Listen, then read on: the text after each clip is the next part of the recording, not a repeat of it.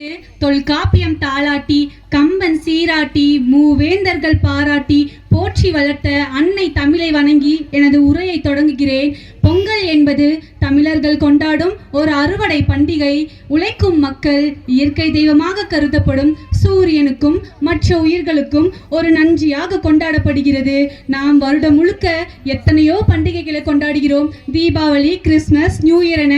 ஆனால் நம் வாழ்விலோடு கலந்த இனிய நாளாகவும் தமிழர்களுக்கே உரிய நாளாகவும் இருப்பது இந்த பொங்கல் திருநாள். இப்படியான பொங்கல்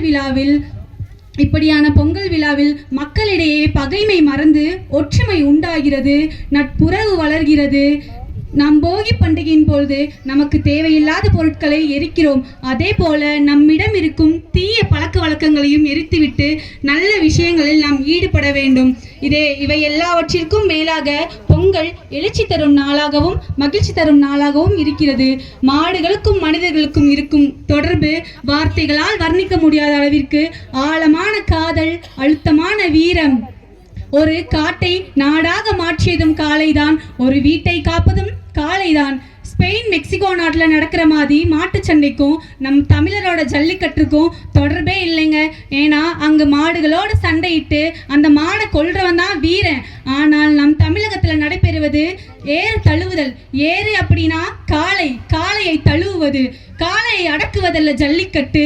காளையில் திமிரில் கை கோர்த்து அந்த வீரன் 3 தாவல்களை தாக்குப்பிடித்து விட்டான், அவன்தான் வெற்றியாளன். ஜல்லிக்கட்டு வெறும் மாட்டிற்கான போராட்டம் அல்ல, தமிழர் பண்பாட்டிற்கான போராட்டம். தமிழகத்தில் தற்பொழுது விவசாயம் மிகவும் பின்தங்கியுள்ளது. மனிதனாக பிறந்த அனைவருமே பணத்தை சம்பாதிக்க 1000 வழியை தேடினாலும் உயிர் வாழ, உணவை உட்கொள்ள விவசாயம் மட்டுமே இருக்கிறது. படைத்தவன் மட்டும்தான் கடவுள் சொல்லிட்டு இருக்கவங்க மத்தியில படைப்பவன் கடவுள் அல்ல, மற்றவர்களோட பசிக்காக உழைப்பவன் தான் உண்மையான கடவுள்னு நான் சொல்லுவேன். ஒவ்வொரு கைப்பிடி சோறு உண்ணும் பொழுதும் விவசாயிகள் நினைத்து பாருங்கள், நீங்கள் உணவை ஒருபோதும் வீணடிக்க மாட்டீர்கள்.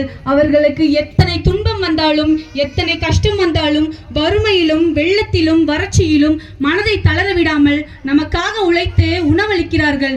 அவர்களை நாம் என்றென்றும் போற்றி கொண்டாட வேண்டும்.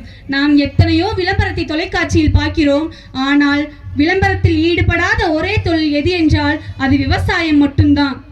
தமிழரோட கலை அடையாளம் எது என்று கேட்டால் தஞ்சை பெரிய கோவில் என்று உறுதியாக கூறுவேன். தமிழரின் மொழி அடையாளம் தமிழ். தமிழரின் அறிவடையாளம் எது என்று கேட்டால் எங்கள் ஆசான் வள்ளுவ பேராசான் வகுத்து கொடுத்த திருக்குறள். நாம் ஏன் இந்த திருக்குறளை கொண்டாடுகிறோம்? ஒன்று சொல்கிறேன், கேளுங்கள். இந்திய அரசமைப்பு சட்டம் எழுதப்பட்டு 75 ஆண்டுகள் நிறைவடைந்து விட்டன.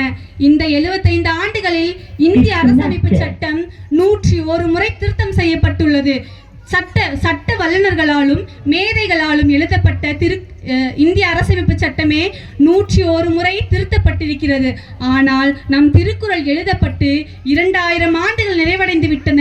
அந்த 2000 ஆண்டுகளில் ஒரு சொல்லையோ, ஒரு எழுத்தையோ, ஒரு சீரையோ திருத்தப்படவில்லை. இந்த திருத்தப்படாத பெருமையில் இருக்கிறது நம் திருக்குறள். இதனால் தான் நம் திருக்குறளை போற்றி கொண்டாடுகிறோம். உலகில் வாழக்கூடிய அனைத்து உயிர்களையும் நேசித்து வாழ்ந்த கூட்டம் நம் தமிழர் கூட்டம். அதனால்தான் நம் உயிருக்கும் மேலாக நினைத்த வீட்டில் வளர்க்கக்கூடிய காளையோ மாடோ, நம் வீட்டில் வளர்க்கக்கூடிய உயிரினங்களோ இருந்தால் கூட அதனை தாங்கிக் கொள்ள முடியாமல் நம் தமிழர் கண்ணீர் சிந்துகிறார். இதுதான் நம் தமிழர் பண்பாடு. இன்றைக்கு பெண்கள் சேலையில் இருந்து சுடிதாருக்கு மாறி இருக்கலாம், ஆண்கள் ஜீன்ஸ் டிஷர்ட்டிற்கு மாறி இருக்கலாம்.